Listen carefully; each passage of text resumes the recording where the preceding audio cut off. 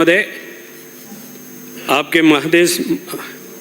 आपके माध्यम से नियम 131 के अंतर्गत उप मुख्यमंत्री जी का ध्यान आकर्षित करता हूं। माननीय मंत्री जी।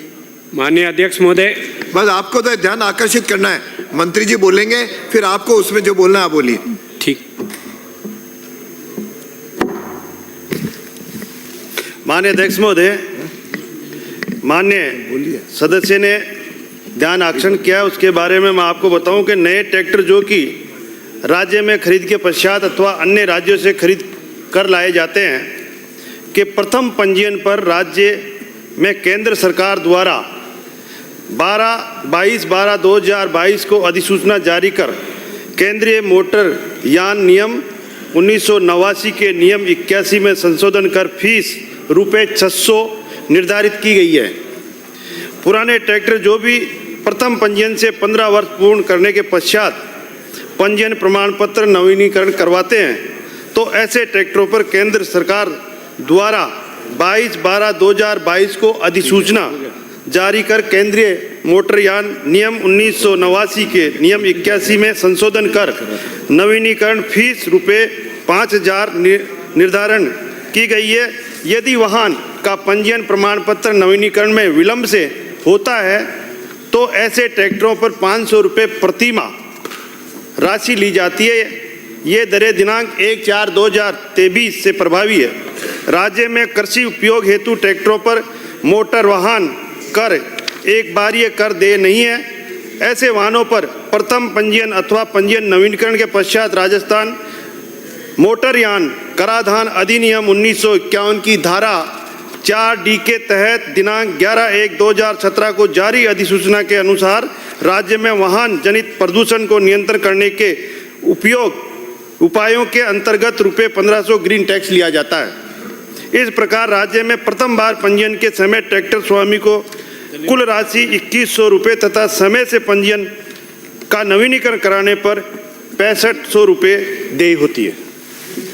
माननीय अध्यक्ष महोदय, जैसा कि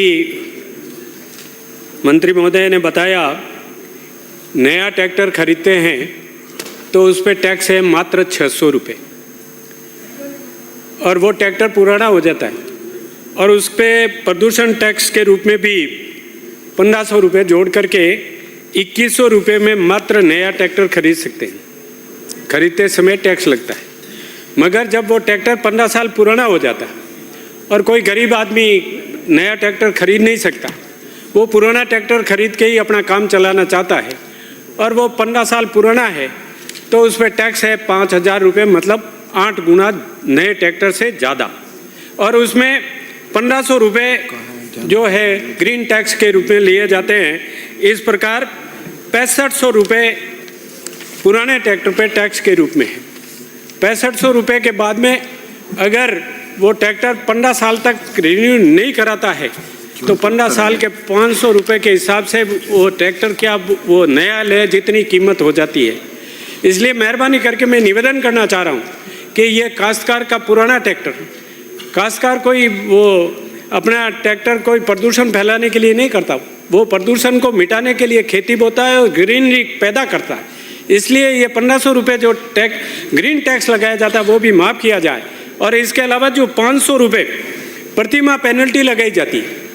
आप टैक्स भी 8 गुना बत्ता ले रहे हो नए ट्रैक्टर से और नए ट्रैक्टर के 8 गुना ज़्यादा पंजीयन शुल्क ले रहे हो, तो आपको चाहिए कि उसका पंजीयन शुल्क भी कम करे और जो ग्रीन टैक्स के रूप में उससे लिया जाता है वो भी माफ़ करे और 500 रुपये जो पर मंथ पेनल्टी लगाई जाती है उसे भी माफ़ करने की मेहरबानी करें। गरीब किसान पुराना ट्रैक्टर लेके अपना गुजारा करता है।